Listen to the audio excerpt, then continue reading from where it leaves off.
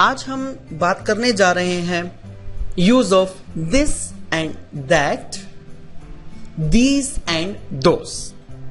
हालांकि कोर्स के बिल्कुल शुरू में दिस, दैट, दीज और दोस का हमने कुछ अध्ययन किया था, लेकिन अब इनका डिटेल यानी कि विस्तार में अध्ययन करेंगे।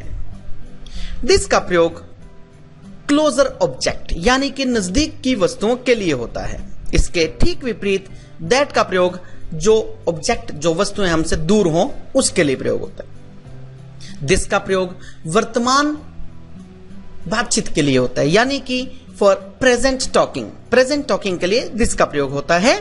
और पास्ट टॉकिंग के लिए यानी कि ऐसी बातचीत जो भूतकाल में की जा रही हो, उसके लिए दैट का प्रयोग होता है। दिस का प्रयोग या दैट का प्रयोग लोगों का परिचय करवाने के लिए होता है, इंट्रोड्यूसिंग पीपल।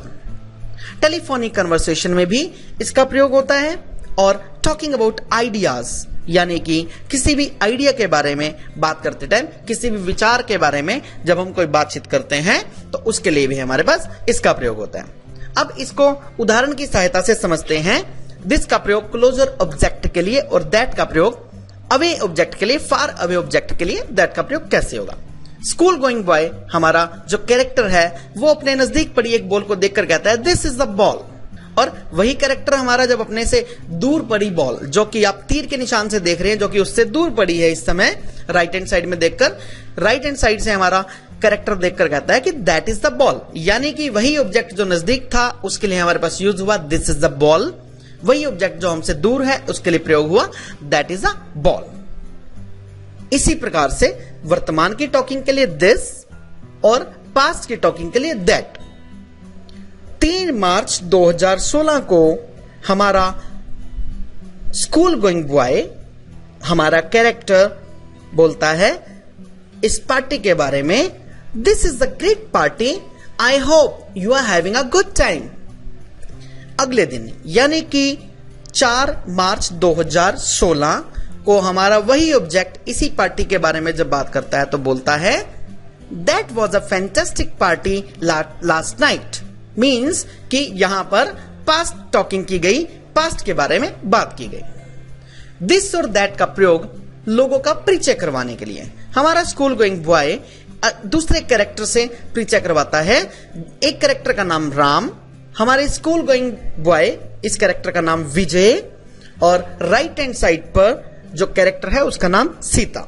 तो विजय बोलता है सीता दिस इज राम, यानी कि विजय ने सीता को राम के साथ परिचय करवाया।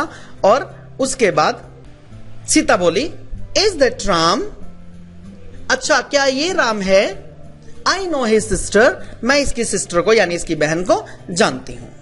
टेलीफोनिक कन्वर्सेशन के बारे में बात करने के लिए दिस और दैट का प्रयोग। Hello is that Ravi, no this is Shyam here, I am not Ravi.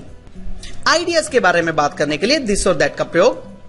Let's go to the party, what do you think about that, you should join our team, what do you think about this, we learn English every day, what do you think about this. अब हम बात करेंगे these और those की।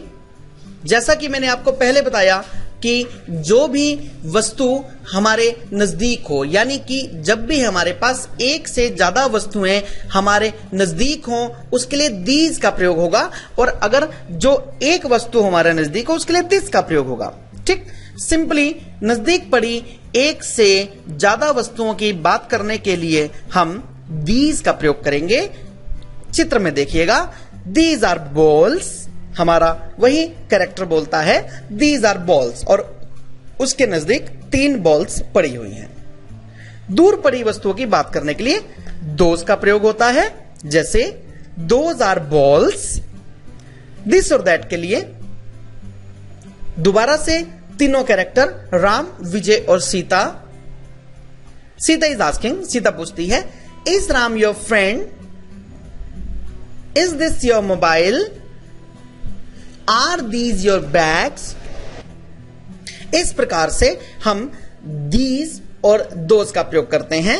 दोबारा से आपको मैं पुनः रिमाइंड कराना चाहूंगा, दीज का प्रयोग नजदीक की एक से ज्यादा वस्तुओं के लिए और दोज का प्रयोग दूर की एक से ज्यादा वस्तुओं के लिए किया जाता है।